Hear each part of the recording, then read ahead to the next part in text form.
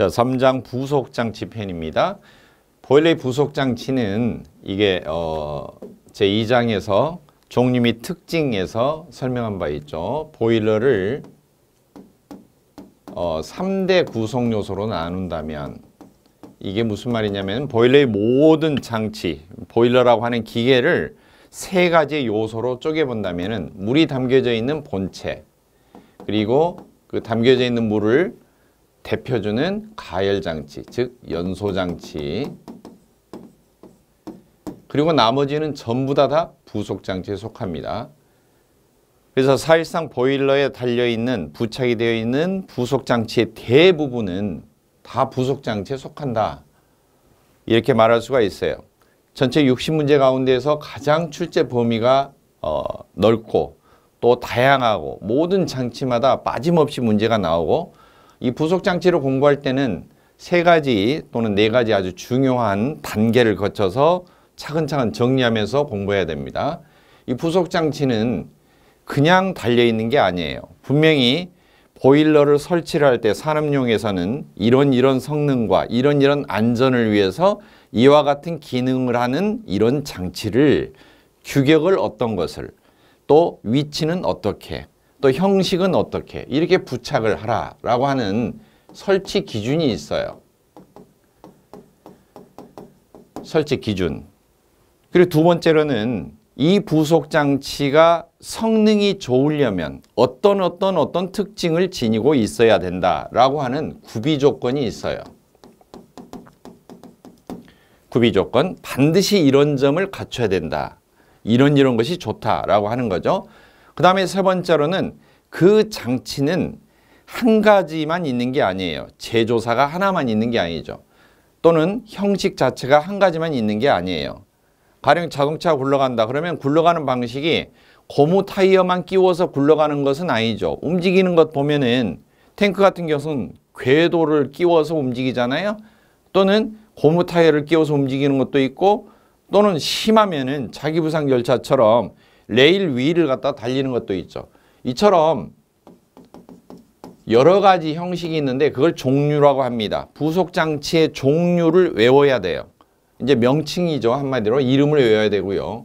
그 다음에 마지막으로는 이 부속장치를 부착을 해서 보일러를 가동하게 되면 주로 일어나는 장애, 사고 이런 것은 어떻게 될 것인가. 고장이라든지 또는 장애, 이런 것 등이 어떻게 발생하는가. 또 현장에서 이런 사고가 일어났을 때 그냥 단순하게 부품을 교환하는 것도 있지만 반복적인 고장이 일어나지 않도록 하려면은 원인을 잘 파악해야 돼요. 원인을 파악해서 그 원인을 제거하는 것이 곧바로 부속장치를 잘 관리하는 것이 되겠죠. 자, 이 뒤쪽에 고장과 장애에 관한 것, 또 어떻게 점검을 해야 된다는 것, 이것만 별도로 추려서 제 9장편에 보면은 취급 및 안전관리 편이 구분이 되어 있어요. 뭐 취급하면은 뜻 자체가 취급은 부속장치를 다루는 걸 말하고, 안전관리 그러면은 보일러가 터지는 것, 파손이 되는 것을 방지하기 위한 여러 가지 조치사항을 말합니다. 포괄적으로. 자, 그래서 부속장치는 그러면은 무엇이 있는가? 중요한 내용부터 한번 보겠습니다. 보일러라고 하는 장치는 반드시 물이 들어있어야겠죠. 이게 보일러 본체다라고 하면 물을 70~80% 정도 채운다고 그랬죠. 이 불을 떼는 것은 물통 안에서 불을 뗄 수도 있고 아니면 바깥쪽에서 이렇게 불을 뗄 수도 있어요. 그러나 물통 안에서 불을 떼는 방식이 대부분이다 그랬죠. 이 연소실 통을 물통 안에 집어넣는 거, 연소실을 한자로 노라고 그랬고, 이게 통 모양이 들어있으니까 노통이라고 했고요.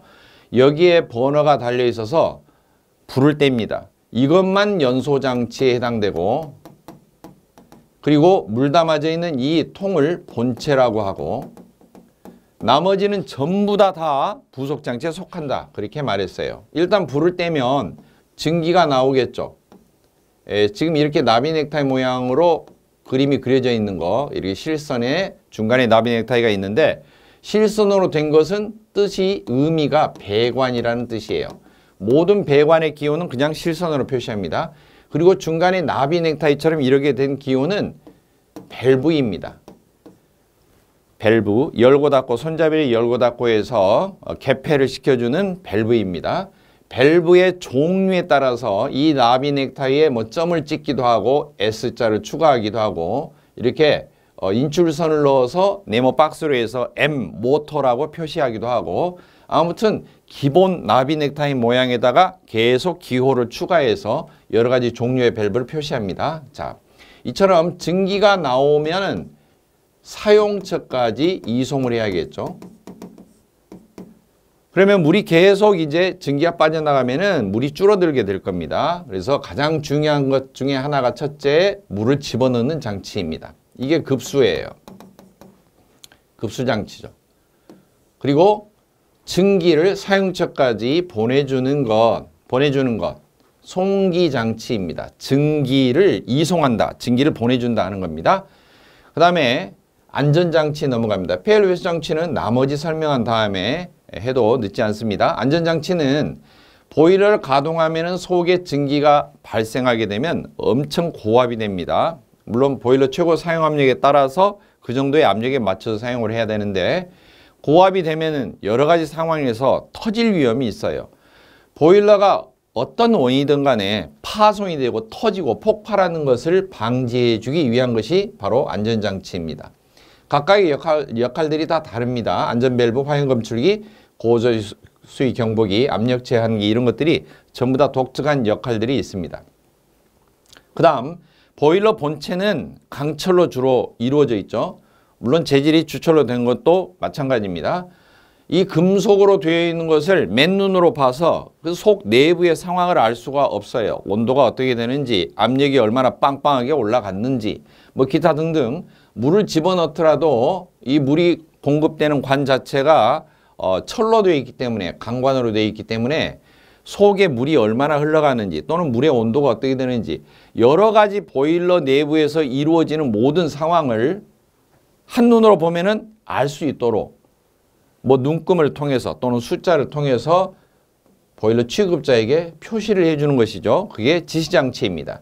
뭐 수면계는 보일러 본체에 달려 있어서 속에 물이 어느 정도 차 있는지 물 높이를 나타내 주는 것. 뭐 압력계는 그대로 말 그대로 압력을 표시해 주는 것. 온도계는 온도를 나타내 주는 것. 유량계는 흘러가는 양, 뭐 기름이 들어가는 양, 물이 들어가는 양 이렇게 흘러가는 양을 표시를 해주는 것. 집에 있는 수도 미터기하고 똑같아요. 그 다음에 미터기 그랬는데요. 이제 가스 미터기입니다. 가스 미터기. 가스 미터기 또는 가스 사용량 같은 걸 재줄 수 있는 거. 또 기타 가스 분석기. 예를 들면은 굴뚝에서 빠져나가는 배기가스의 성분을 측정할 수 있는 거. 이런 것 등등이 있습니다. 그 다음에 분출장치가 있는데요. 분출장치는 뭐냐면 보일러를 계속 가동을 하다 보면은 보일러 물 속에 들어있는 소량의 불순물들이 점점 농축이 됩니다. 왜? 증기가 나갈 때는 순수한 수증기 성분만, 증류수 같은 그런 순수한 물의 성분만 빠져나가고 물 속에는 아무리 급수 처리를 깨끗하게 한다 할지라도 100% 완벽하게 하기는 어렵습니다. 그래서 소량의 불순물들이 어쩔 수 없이 들어갈 수밖에 없어요.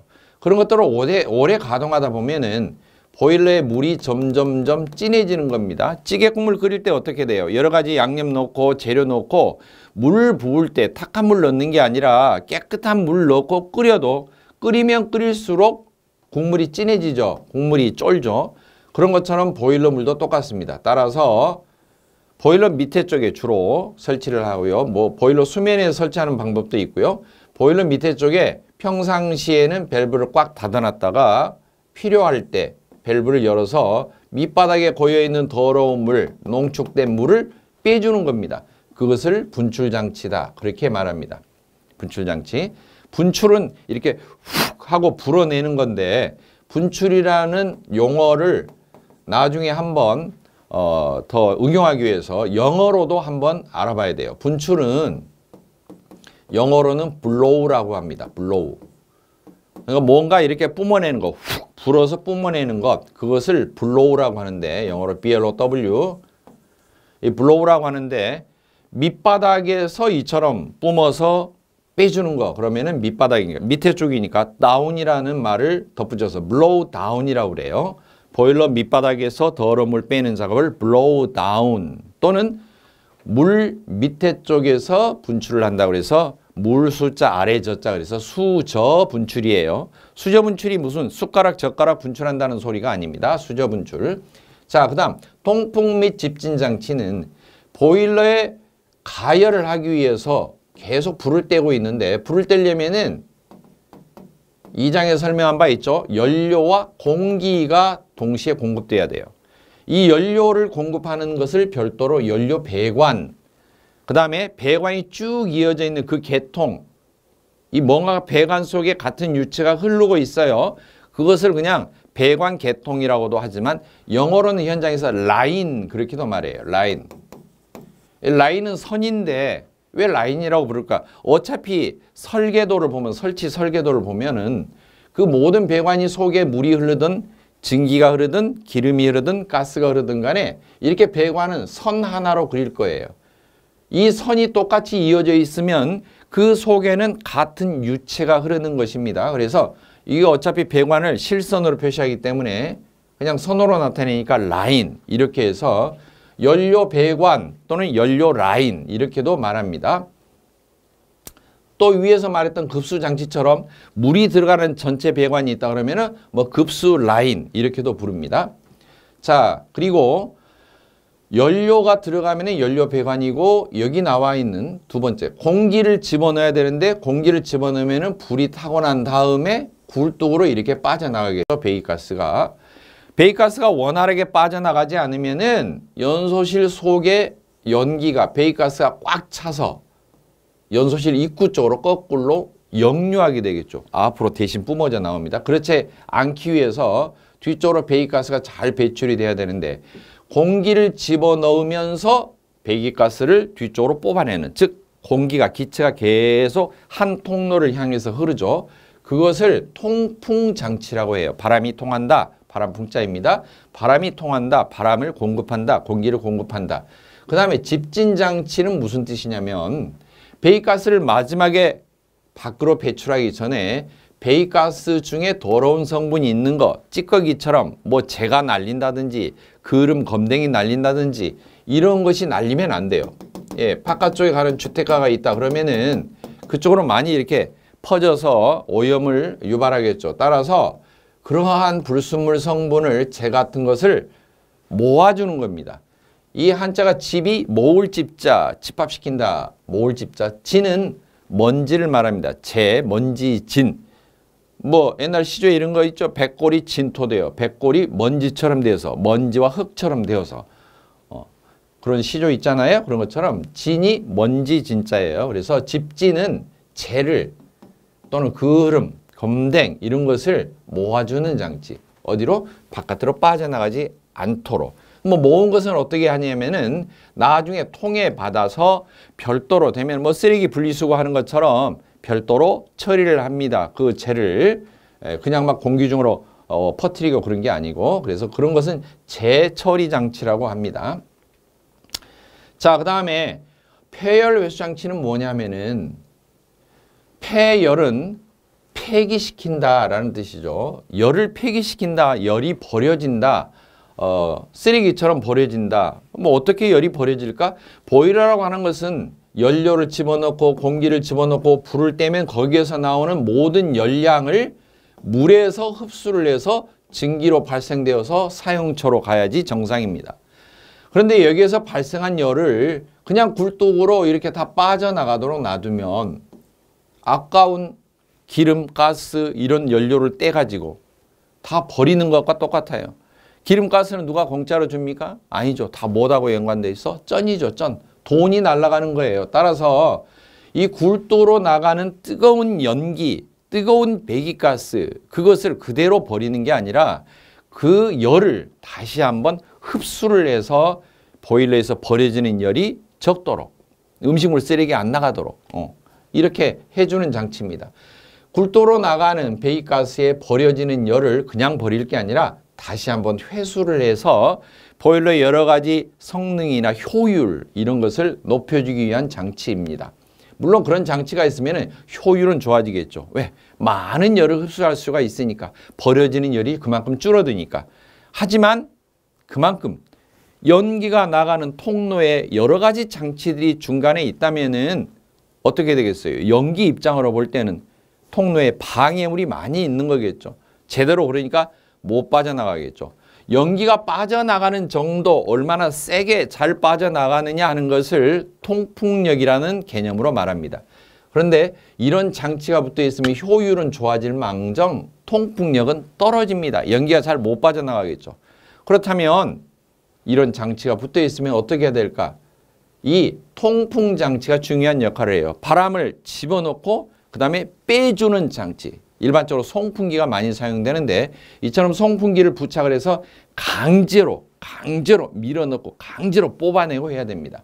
앞쪽에서 밀어넣는 방법도 있고 굴쭉 쪽에서 강제로 빨아들이는 방법도 있어요. 자, 폐열효소 장치는 네 가지. 과열기, 제열기, 절탄기, 공기열기. 암기 방법은 나중에 따로따로 설명하면서 합니다만 과제, 절공 이렇게 순서적으로 외우면 되겠습니다. 이처럼 부속장치 종류는 먼저 물에 관련된 게 있고 물. 두 번째 송기니까 증기에 관련되는 게 있겠죠. 증기. 그 다음 폐열회수장치는 배기가스가 접촉하죠. 안전장치는 어떤 가스가 접촉한다, 유체가 접촉한다 그게 아니고 보일러 본체라든지 여러 가지 장치들이 터지는 것을 방지해 주는 거죠. 그 다음에 지시장치도 마찬가지입니다. 속의 내부 상황을 잘 알 수 있도록 해서 사고가 일어나지 않도록 보일러 취급자에게 명확하게 보고를 해주는, 지시를 해주는 이런 장치입니다. 분출장치는 무엇이 흐르고 있죠? 물이 흐르고 있습니다. 왜? 더러운 물을 빼니까. 이걸 열면은 밑에 고인, 밑바닥에 고인 걸쭉한 농축된 물이 빠져나간 겁니다. 통풍은 어떤 것이 흐르고 있죠? 공기가 흐르고 있죠. 공기. 어차피 배기가스도 기체이죠. 기체. 기체는 기체인데 공기하고 연료가 타고 남은 가스가 합해진 거죠. 자, 그 다음에 집진장치는 먼지나 재를 모아주는 장치이기 때문에 어떤 유체라고는 볼 수가 없죠. 그냥 덩어리죠. 덩어리. 재는 입자가 작을 뿐이지 덩어리죠. 연료 배관에는 가스 또는 뭐가? 기름이 통과하고 있죠.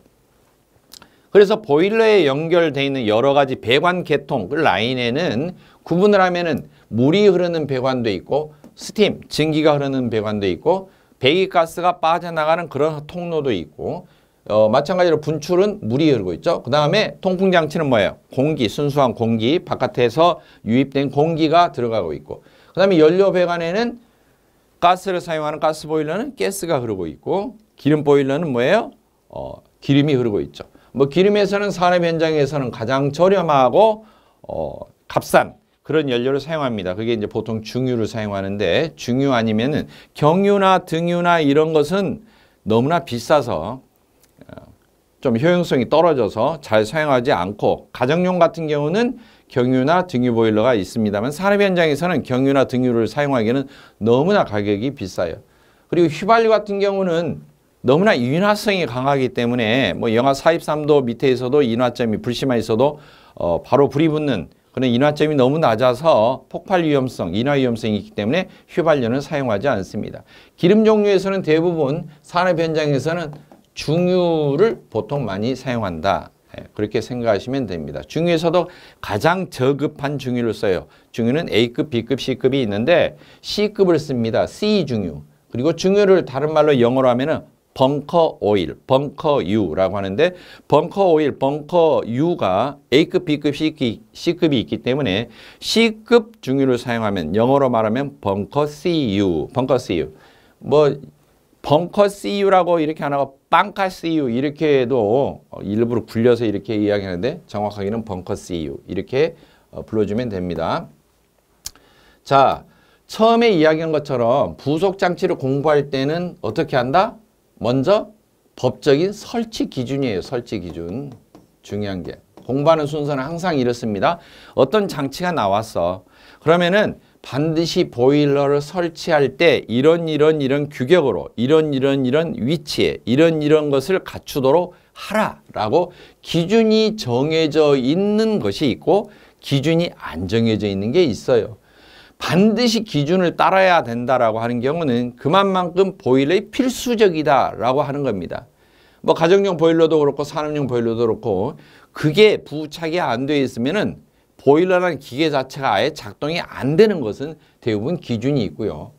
만약에 굳이 없더라도 조금 더 편하기 위해서 액세서리처럼 뭐 가령 자동차 같으면은 자동차 사면은 굳이 말 안 해도 타이어는 이렇게 끼워져 나오잖아요. 타이어 따로 사고 운전대도 따로 사고 이렇게 아니잖아요. 기본적으로 운전대 끼워져 있고 바퀴 달려 있고 또 엔진만 뽑아놓고 엔진은 이거 사세요 이렇게 안 하잖아요. 기본적으로 장착이 되어 있는 기본 옵션이라고 생각하면 돼요. 나머지는 뭐예요? 운전자의 편의를 위해서 부착이 된 어때요? 선택이라고 할 수가 있죠. 기본 옵션으로 달아야 되는 것들은 기준이 반드시 있다라고 생각하시면 됩니다. 그래서 어떤 부속품은 공부하다가 설치 기준이 나오는 게 있고 어떤 것은 설치 기준이 없는 게 있어요. 설치 기준이 없는 것은 그냥 선택하는 거예요. 선택하는 거. 부착할 수도 있고 부착을 안 할 수도 있고 그걸 뭐 달았다고 해서 크게 성능이 좋아지고 이런 건 아니고 보일러 취급자가 관리하는데 훨씬 편한 것뿐입니다. 두 번째로는 뭐예요? 이런 설치 기준을 갖춘 것 중에서 딱 제품을 보면은 이거 어떤 건 좋고 어떤 건 안 좋고 장단점이 보일 거예요. 하지만 좋은 점만 고른다면 이런 성능과 이런 능력을 갖춘 기계면 부속품이면 좋겠다. 그냥 바람이죠. 이상형으로. 그것을 구비 조건입니다. 구비 조건. 구비 조건은 모든 부속품이 다 갖출 수는 없어요. 어떤 제품이 있다 그러면 100% 완벽하게 구비 조건을 갖춘 것은 거의 드물다. 그중에 몇 가지만이라도 장점이 좀 많으면은 사용하는 목적에 따라서 선택을 할 수가 있습니다. 그 다음에 세 번째는 뭐가 중요하다? 항상 종류를 외워야 돼요. 종류는 암기입니다. 이건 암기. 물론 구비 조건은 먼저 이해를 한 다음에 그 다음에는 암기로 돌입해야 돼요. 설치 기준은 이거 뭐뭐 하라라고 되어 있기 때문에 거의 암기에 가까워요. 7, 80%는 암기에 가깝고 그렇다면 이 기준이 왜 생겼을까? 왜? 이유는 최소한 알면은 암기하는 데 도움이 되겠죠? 그래서 기준을 만들 때에도 약간의 이유, 원인을 파악하고 암기하면 그 핵심적인 원인이 바로 정답이 됩니다. 그게 가장 중요한 사항이니까. 마지막으로 뭐라고요? 고장 진단, 장애 또는 뭐 여러 가지 취급 방법 이것을 올바르게 현장에서 점검을 하고 또 이런 상황으로 점검을 했더니 이건 이상이 있다. 또 이상이 생겼다면 이것은 원인은 무엇이다. 그러면 어떻게 대처를 해야 된다. 거기에 관련된 것이 고장 진단, 장애, 취급 방법 이런 것에 관련된 것인데 이것은 장치 종류도 많고 또 뭐 급수면 급수 쪽으로 송기면 송기 쪽으로 연료면 연료 쪽으로 이렇게 독특한 카테고리가 범위가 있어요. 그래서 이것만 별도로 또 자세히 한 장이 구장에 할애가 되어 있습니다. 그것만 별도로 시험 출제 기준 보면은 별도의 단원으로 이렇게 교과 단원으로 떨어져 있는 거예요. 그러나 부속 장치를 설명하면서 어느 정도의 개념은 다 잡고 가야 된다라고 하는 겁니다. 자, 먼저 급수장치 구성을 봅니다. 물을 집어넣는 것은 여기 보면은 급수 탱크, 경수 연화장치, 급수 펌프, 급수관, 체크밸브, 급수밸브, 급수내관 이렇게 종류들만 명칭만 잔뜩 있어요. 그런데 사실 이런 걸 공부하면은 대부분 부속장치는 보일러 몸뚱아리에 뭔가 들어가고 뭔가 빠져나오고 위로도 송기가 되고 연료나 공기도 들어가고 이런 시스템으로 되어 있어요. 즉 물이 들어가고 증기가 나오고 농축수가 밑으로 빠져나오면서 연료와 공기가 들어가는 거죠. 자, 그렇다면은 들어가는 쪽이 있고 나오는 쪽이 있죠. 뭔가 계속 흐르고 있다는 거예요. 따라서 흘러가는 도중 설치되는 장치들마다 독특한 역할이 있어요. 독특한 역할. 예를 들면 고속도로 들어갈 때는 톨게이트 있죠. 입구에가 있잖아요. 그렇죠? 중간에 휴게소 있죠. 휴게소가 먼저 나오고 톨게이트가 나오는 것은 없잖아요. 목적이 있죠. 왜? 유료니까 돈을 내야 되니까. 입구에서 체킹하고 얼마만큼 거리 가면 또 끝에 마무리될 때 돈 받는 곳이 있잖아요. 그 다음에 중간 가는 도중에 휴게소도 있고 휴게소가 그러면은 뭐 100m 간격으로 있느냐? 그건 아니죠. 왜? 1시간, 2시간 달릴 때마다 중간중간 듬성듬성. 그럼 휴게소가 안 나올 때는 어떻게 해야 되느냐? 졸리니까. 아, 그러면 어때요? 졸음 방지를 위해서 별도로 또 쉬는 곳이 있죠. 이처럼 이 물이나 증기나 연료, 공기, 농축수가 흘러갈 때는 중간중간 어떤 장치들이, 굳이 장치라니까 거창한 게 아니고 하나의 조그만 밸브가 될 수도 있고 어떤 개폐 장치가 될 수도 있고 또는 밀어주는 또 압송을 해주는 뭐 펌프 같은 장치도 될 수가 있고 이렇습니다. 그런 것들이 각각의 목적에 맞게끔 중간중간에 배열이 되어 있는 것 뿐이에요. 자, 그래서 물이 들어가는 것은 왜 이런 장치들이 있는가? 탱크, 연화장치, 급수펌프, 급수관, 체크밸브, 급수밸브, 급수내관 이런 것들이 있는가? 라고 하는 거예요. 하지만 이 장치들을 그냥 막연히 이름만 외울 게 아니라 물을 넣을 때는, 즉 급수를 할 때는 어떤 원리를 반드시 지키면 좋다. 그래야지 보일러에 부담이 되지 않고 사고가 일어나지 않고 효율이 좋아진다. 라고 하는 그 기본 출발을 알고 있으면 당연히 이 장치의 역할과 장치의 위치를 금방 알 수가 있어요. 자, 그러면 칠판을 펼쳐서 한번 개념을 약간 정리해 보죠. 급수라고 하는 것은 보일러 본체에 물을 공급하는 거죠.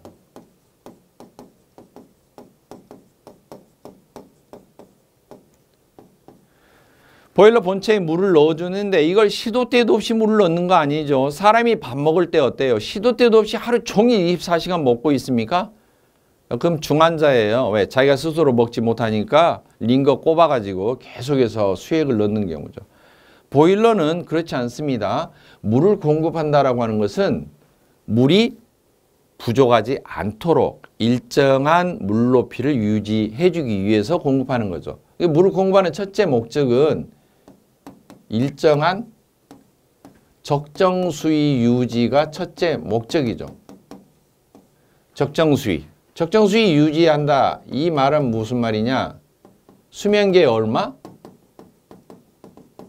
2분의 1을 유지하는 거예요. 물이 만약에 이것보다도 더 떨어지기 시작하고 한참 저수위로 내려가면 물이 적은 상태에서 불을 계속된다?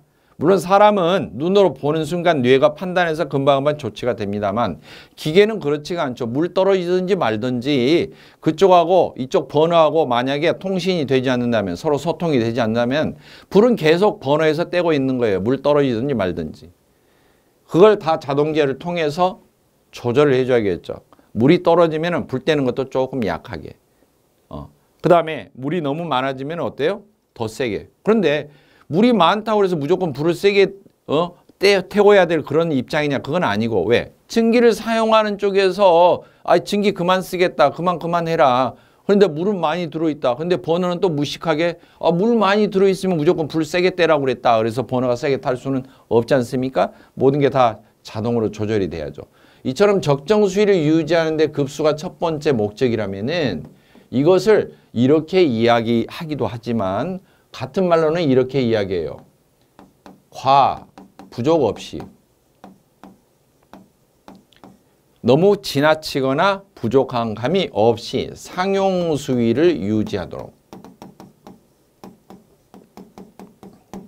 적정 수위, 상용 수위를 유지하도록 그리고 과부족 없이 상용 수위를 유지한다? 그럼 무작정 집어넣는다 그게 아니고 정확하게 다른 말로 또 하면 이걸 또 뭐라고 표현하냐면은 그렇다면 왜 물이 떨어질까? 당연히 증기가 빠져나갔기 때문에 그렇죠. 그래서 증기 발생량, 증기가 빠져나가는 양만큼 물이 달아지기 때문에 증기 발생량보다 급수장치가 물을 공급해주는 장치가 능력이 떨어진다면 증기가 빠져나가면 나갈수록 아무리 급수장치가 용을 써도 힘을 써도 물은 채워지지 않을 겁니다. 따라서 증기 발생량 이상의 능력이 있어야 돼요. 이 급수장치는 증기 발생량 이상의 능력이 공급할 수 있는 능력은 기본적으로 갖추고 있어야 돼요. 만에 하나 사고를 방지하기 위해서. 그리고 증기도 그냥 서서히 나오는 게 아니고 보일러가 버너가 엄청 100% 풀 가동했을 때 최대로 가동을 했을 때 증기가 많이 나갈 때 그럼 물이 한참 빨리 달아지겠죠. 그럴 때 그 이상의 공급해 줄 수 있는 능력은 여유치는 가지고 있어야 된다. 증기 최대 발생량, 최대 증기 발생량 이상의 능력이 돼야 된다. 두 번째, 급수의 원칙입니다. 어떤 원칙일까? 물이 더러우면 안 된다고 그랬죠. 깨끗한 물이어야 돼요. 우리가 생각할 때 깨끗한 물 그러면은 그냥 정수기에서 뽑아낸 물 생각하겠죠. 하지만 기계가 생각하는 깨끗한 물 달라요. 사람이 생각하는 깨끗한 물과 사람이 음용으로 마시는 용도.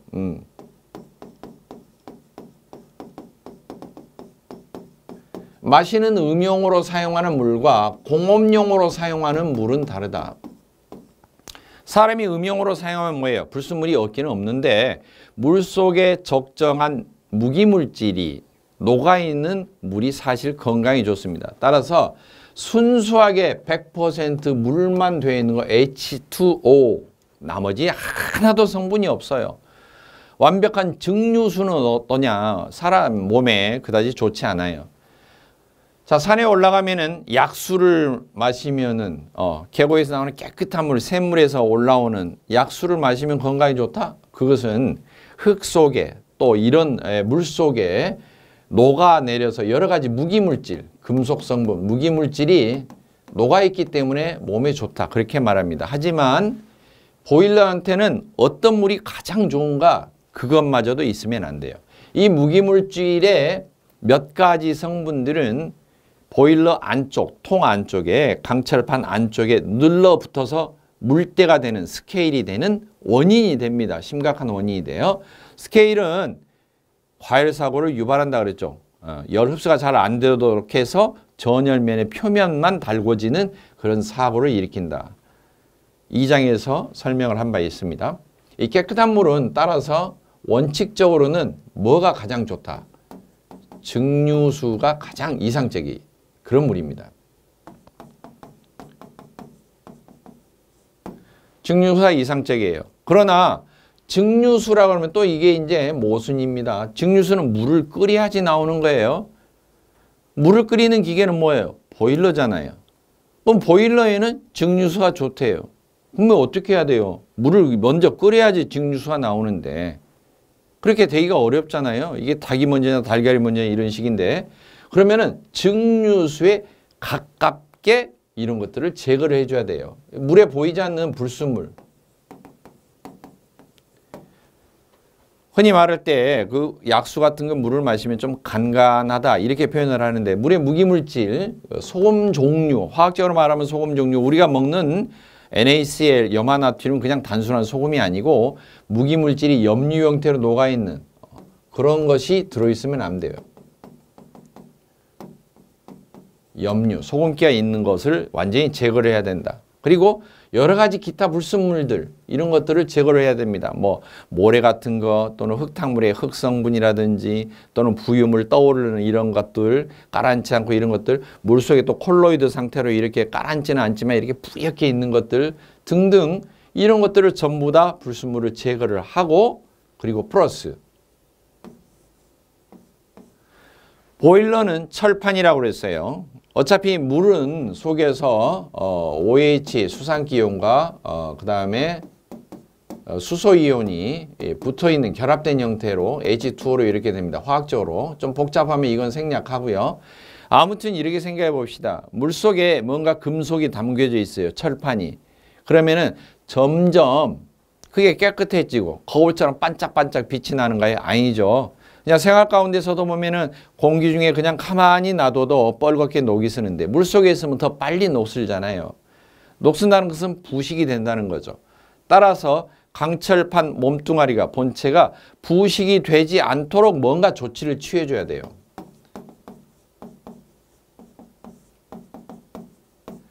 그러면 부식이 어떨 때 많이 되느냐? 이 맹물 같은 경우는 순수한 증류수는 우리가 산성이다 알칼리성이다 이렇게 이야기할 때 산성도 아니고 알칼리성도 아니고 중성이라고 합니다. 중성. 그 다음에 음료수 중에 뭐 탄산음료니 콜라 뭐 이런 거 마시죠. 그렇게 앞에 보면 탄산음료 산자가 붙어 있는데 관악산, 뭐 북악산 이런 게 아니고 그 산이 아니고 산기가 붙어 있는데 산과 반대되는 건 뭐냐? 바다가 아니고 화학적으로 알칼리입니다. 그러면 산의 대표적인 게 뭐냐? 염산, 황산, 질산 이런 걸 들 수가 있죠. 그래서 증류수보다 즉 중성보다 산성으로 이렇게 물이 되어 있다든지 또는 물의 성질이 중성보다도 알칼리성으로 이렇게 되어 있다든지 똑같이 철판을 넣어놓고 실험을 해보면은 산성이면은 부식이 촉진이 돼요. 엄청 부식이 많이 됩니다. 그런데 일반적으로 알칼리성은 부식이 덜 되는 편이에요. 세모 완전히 안 되는 건 아닙니다. 알칼리가 너무 진하면은 그 알칼리가 진한 것 때문에 부식이 또 일어나기도 합니다. 그걸 알칼리 부식이라고 합니다. 나중에. 자, 이처럼 그러면은 알칼리성 중에서도 부식이 가장 적게 일어나는 지점은 테스트를 해보면 어떻게 되느냐. 약 상온 25도라고 가정하면은 자, 중성, 산성, 알칼리성을 표현하는 것을 물속에 수소이온이 얼마나 농도가 진하게 되어 있느냐. 그걸 지수로 표현하는 방법인데 그걸 화학에서 pH라고 표시합니다. pH 들어보신 분도 있고 처음 들으신 분도 있을 거예요. pH는 0부터 14까지 숫자를 나타내고 제일 밑에 쪽은 0, 제일 끝에 쪽은 14입니다. 14에 가까울수록 알칼리성이고 0에 가까울수록 산성이라고 이야기합니다. 그러면 가운데 중성은 얼마냐? 한가운데 숫자니까 7이죠. 증류수는 중성으로 pH가 7에 해당합니다. 실험을 해보면은 가장 부식이 적게 일어나는 것은 약 한 12.0, pH 12.0. 부식 방지를 한다는 것은 12.0에 가깝게 만들어주는 거예요. 하지만 자연 상태에서는 알칼리성 물이 없습니다. 뭐 시중에서 판매할 때 이걸 통과, 기계 장치를 통과하면 알칼리 수가 된다. 진짜로 알칼리 물이 되느냐? 그렇지는 않고요. 자, 산성을 보면은 제가 대표적으로 염산이나 황산이나 질산이나 이런 종류를 들 수가 있고 알칼리성은 가장 대표적인 게 뭐냐? 비누 같은 거, 양잿물, 흔히 말하는 양잿물. 양잿물은 구한말 시대에 서양 사람들이 가지고 들어온 하얀 분말처럼 생긴 걸 물에 넣었더니 잿물처럼 됐더라. 성분이 잿물, 재를 받쳐서 식물 줄기 같은 거 이런 걸 불에 살짝 태우면은 재가 나오죠. 재를 하얀 천의 강보에 받쳐놓고 물을 이렇게 내리면 그 물에 재 중에 들어있는 무기물질 성분이 녹아서 같이 떨어집니다. 그 물을 잿물이라고 하는데 알칼리성을 띠고 있어요. 알칼리성. 그 알칼리성을 띠는 물을 맹물에 같이 풀어서 빨래를 삶으면은 엄청 빨래가 하얗게 되죠. 표백 효과가 있죠. 그것처럼 알칼리성은 그런 성질을 지니고 있습니다. 뭐 수산화 나트륨입니다. 양잿물이 정확히 말하면 양잿물, 수산화 나트륨을 물속에 풀어놓은 거죠. 그러나 자연 상태에서는 이런 물이 없죠. 우리가 마시는 물 가운데서 양잿물 풀어가지고 마시는 거 있나요? 그렇지는 않잖아요. 하기 때문에 이 부식을 방지하기 위해서 pH 12.0을 유지하려면은 반드시 약품을 써야 돼요. 실제적으로 지금 급수에서는 이 두 가지 원칙, 먼저 양이고요. 양. 두 번째로는 질입니다. 품질은 불순물이 적고 12.0의 pH가 가까운 약 알칼리성이라고 하는데 이렇게 조절이 된 물을 보일러에 넣어야지만이 보일러가 부식도 적게 일어나고 또 뭐예요? 일정한 수위가 유지가 되니까 과열 사고도 방지되고 세 번째, 불순물이 적어서 스케일, 물때가 적게 끼게 된다. 따라서 급수를 잘못하면 첫째, 양 조절에 실패하면 약간 고수일 때는 사고가 덜 일어나지만 저수위로 한참 떨어져서 보일러가 그걸 조절이 되지 않고 가동을 하면은 과열 사고, 지나치게 열받는 사고가 일어나고 그 다음에 질을 유지하지 못하면 물을 공급하는 품질이 좋지 않으면은 가장 큰 사고는 스케일이 낍니다. 물때. 물때가 달라붙어서 결국에는 과열, 파열 사고로 이어지게 된다. 그래서 급수의 원칙은 이것을 꼭 지켜서 설치 기준이나 이런 것들이 정해져 있고 그 다음에 장치가 배열된 순서도 이걸 기준으로 해서 이 원리를 기준으로 해서 부착이 돼 있다라고 하는 겁니다.